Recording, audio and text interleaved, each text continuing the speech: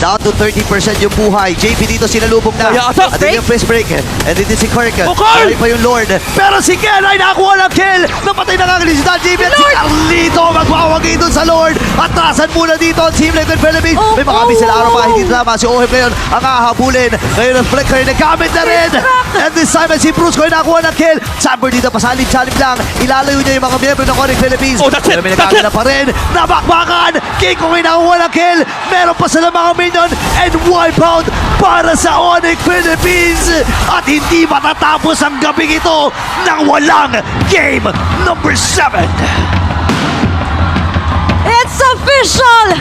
We're going on a game number 7! Sulit ang ticket, sulit ang Champions Arena, and sulit ang PHMLPB.